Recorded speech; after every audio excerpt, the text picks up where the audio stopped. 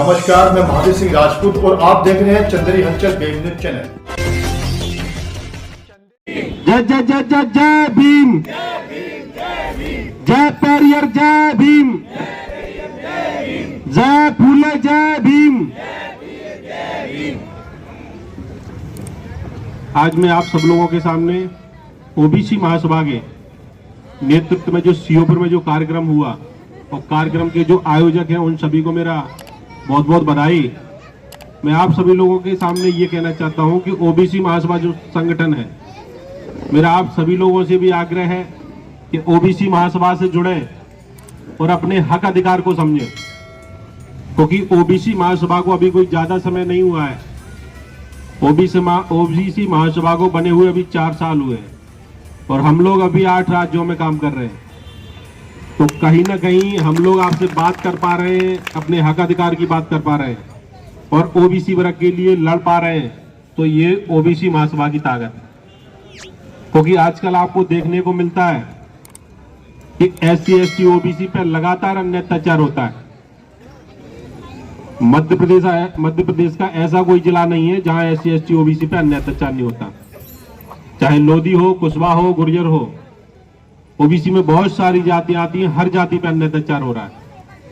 मगर देखने को क्या मिलता है, जब कुशवाहा पिटता है तो कुशवाहा बहुसंख्यक में निकलता है, लोधी पिटेगा तो लोधी बहुसंख्यक निकलेगा, यादव पिटेगा तो यादव निकलेगा। बात हम मंचों से करते हैं जात से जमात की ओर की। जब हमें जात से जमात की ओर की जब हम बात करते हैं तो उस पर हमें अमल भी करना पड़ेगा। जब कुशवाहा पिटेगा तो लोधी उसकी बात को उठाएगा, तो जब लोधी पर अन्य अत्याचार होगा तो यादव आगे निकलेगा, तब कहीं ना कहीं हम जात से जमात की ओर निकलेंगे। क्योंकि लगातार देखने को मिलता है हमारे ही लोगों के साथ अन्य अत्याचार होता है और जो प्रशासन में और सिस्टम में जो लोग बैठे हुए हैं वो मनुवादी लोग बैठे हुए हैं।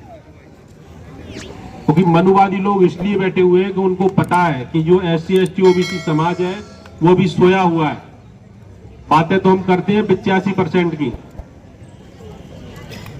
85 और 15 की लड़ाई, मगर 85% अभी एकजुट का है। हम लोगों को जातियों में तोड़ रखा है। ओबीसी में लगभग 3747 जातियां हैं और हर जाति में लगभग एक महापुरुष है। तो हमारे लोगों ने हमारे महापुरुषों को ही नहीं पढ़ा आज तक। हम लोग पाखंडवाद में इतने ग्रसित हैं, अगर कहीं भागवत होगा तो हम 10-10 हजार, 50-50 हजार, 5-5 हजार चंदा दे देंगे। यही बात अगर शिक्षा की आएगी, शिक्षा के संस्थान खोलने की आएगी, तो हमारी जेब से एक पैसा नहीं निकलेगा। तो ओबीसी समाज में जितनी भी सारी जातियां हैं, तो हमें शिक्षा पे भी गौर करना पड़ेगा, क्योंकि शिक्षा वो शेरनी का दूध है, जो पिएगा वो दाढ़ेगा। क्योंकि जब तक हम अपने महापुरुषों को भी नहीं पढ़ेंगे तब तक हम शिक्षा से दूर रहेंगे। क्योंकि हम रामायण पढ़ते हैं, भागवत पढ़ते हैं, कथा पढ़ते हैं, मगर हम अपने महापुरुषों को नहीं पढ़ते। तो कहीं ना कहीं जो हम लोगों को जो जातियों में बांटे हुए हैं, ऐसे मनुवादी लोगों का हमको विरोध करना पड़ेगा और हमें पाखंडवाद का भी विरोध करना पड़ेगा। आप सब लोगों के सामने अभी जीता जागता उदाहरण है। प्रीतम भाई साहब ने अभी अपने समाज को जागरूक करने के लिए एक छोटा सा कार्यक्रम था अवंती भाई लोधी का।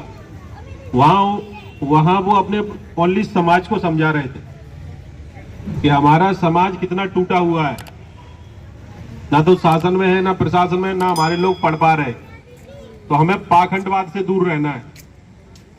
वहीं एक जो मनुवादी लोग बैठे थे, उन्होंने उस वीडियो को वायरल कर दिया और प्रदेश में ऐसा भूचाल आया। भाई साहब ने पार्टी से माफी भी मांगी, लिखित में दिया, सब कुछ किया, मगर पार्टी ने क्या किया, उनको निकाल दिया। तो कहीं ना कहीं ये जो भाजपा पार्टी है भाई, उन्होंने, मैं तो मानता हूं, चलो ब्राह्मणों के खिलाफ बोला तो ब्राह्मणों को एक्शन लेना चाहिए थी। भाजपा ने क्यों एक्शन लिया? क्योंकि भाजपा ब्राह्मणों की पार्टी है। तो हमें ऐसी पार्टियों का हमें विरोध करना पड़ेगा। और मैं उन जो समाज से भी हैं और ओबीसी समाज से जितने भी नेतागण हैं, मैं इस मंच के माध्यम से उनसे भी कह देना चाहता हूं कि जब तक आप SC ST ओबीसी की बात नहीं करेंगे या उनके हक अधिकारों की लड़ाई नहीं लड़ेंगे, तो आगे नंबर आप सामने है कि अभी अपने हक अधिकार की बात करें, समाज की बात करें, क्योंकि आज प्रदेश में ऐसा माहौल बना है उस समय से कि आज जो मध्य प्रदेश की राजनीति है वो ओबीसी के इर्द गिर्द घूम रही है। एक माहौल बन चुका है प्रदेश में ओबीसी। तो ओबीसी महासभा का जहां कहीं कार्यक्रम होता है आपको देखने को मिलता होगा। जब पहले हम लोग ज्ञापन देने जाते थे तो 4 लोग इकट्ठे होते थे, आज कम से कम 400 बैठे हैं। तो कहीं ना कहीं ये हम लोगों की ताकत है और हमको मुद्दों पे काम करना पड़ेगा।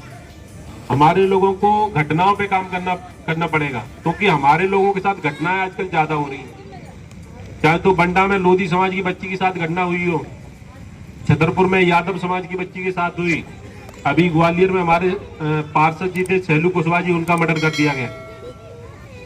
मिर्जापुर की अभी ये घटना हुई थी। तो हमें घटनाओं पे काम करना पड़ेगा और हमें रोडों पे निकलना पड़ेगा। जब तक हम रोडों पे नहीं निकलेंगे तब तक हमें न्याय मिलने वाला नहीं है, क्योंकि ना तो हमारे सांसद है ना हमारे विधायक है। कम से कम अगर हमारे लोग विधायिका में नहीं है, लोकसभा में नहीं है, अगर इतनी भीड़ हम लोकसभा और विधायिका के सामने कर देंगे तो इन्हें हमारे हक अधिकार मानने पड़ेंगे।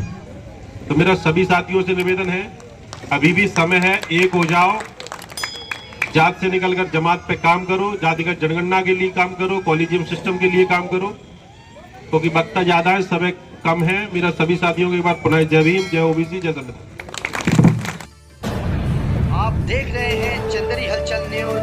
देश हित में आपके विचार हर रविवार शाम 8 बजे महावीर सिंह राजपूत।